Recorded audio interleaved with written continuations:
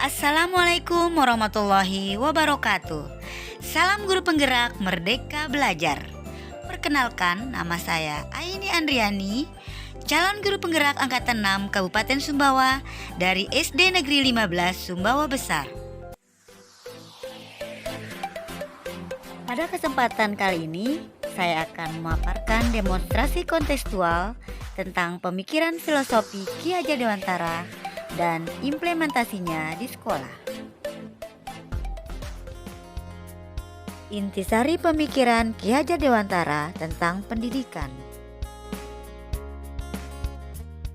Pendidikan adalah tempat persemaian benih-benih kebudayaan masyarakat.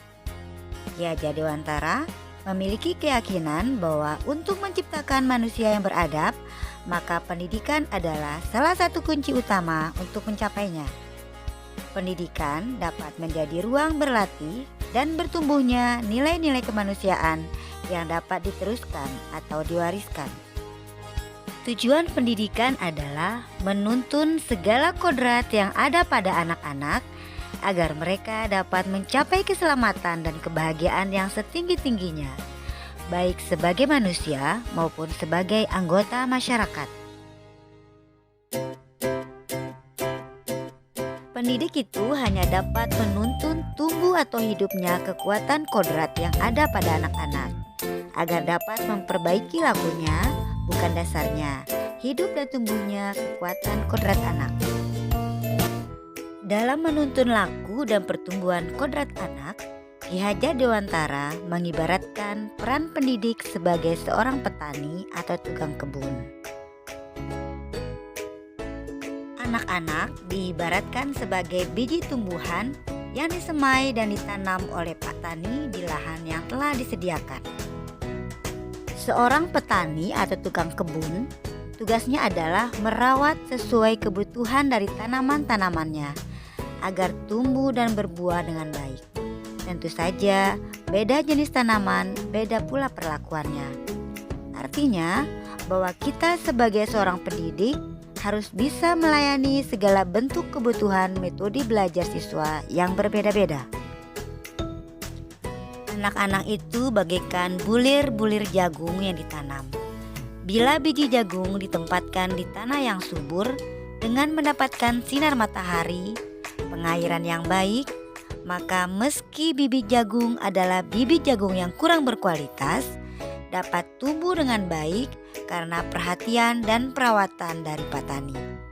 Demikian sebaliknya, meskipun bibit jagung yang disemai adalah bibit yang berkualitas baik, tetapi tumbuh di lahan yang gersang dan tidak mendapatkan pengairan yang baik, cahaya matahari, serta tangan dingin dari petani, maka biji jagung itu mungkin akan tumbuh namun tidak akan optimal.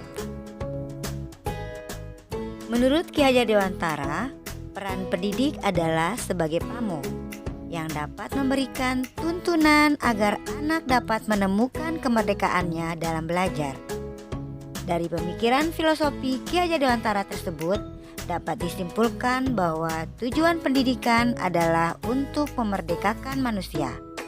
Merdeka dapat diartikan selamat dan bahagia, selamat raganya dan bahagia jiwanya. Pembelajaran yang mencerminkan pemikiran Ki Hajar Dewantara. Pembelajaran dari filosofi Ki Hajar Dewantara yaitu: pertama, memerdekakan dan berpusat pada murid. Kedua, mengikuti perkembangan zaman. Ketiga, tidak bertentangan dengan nilai-nilai kemanusiaan. Dan keempat, pembangunan budi pekerti dan berfokus pada proses bukan hasil. Kita sebagai pendidik harus mampu melakukan perubahan budi pekerti pada anak agar menjadi lebih baik lagi. Menurut Ki Hajar Dewantara, budi pekerti diartikan sebagai perpaduan antara cipta, kognitif, karsa, afektif, sehingga menciptakan karya psikomotor. Pendidikan harus mampu mengubah budi pekerti peserta didik menjadi lebih baik. Filosofi Ki Hajar Dewantara dapat terujuk jika: pertama, guru bersikap amung sesuai dengan semboyan atau trilogi Ki Hajar Dewantara. Kedua, pembelajaran sesuai dengan kodrat alam dan kodrat zaman. Dan yang ketiga adalah kemerdekaan dalam memilih metode pembelajaran dan evaluasi yang berpusat atau berpihak pada murid. Implementasi pemahaman filosofi Ki Hajar Dewantara di sekolah adalah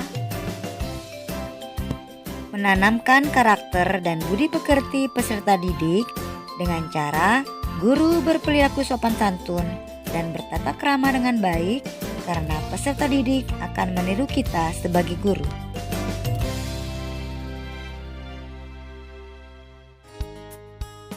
Membuat perencanaan pembelajaran yang variatif berdasarkan kebutuhan peserta didik dan mengaitkan materi dengan kehidupan nyata.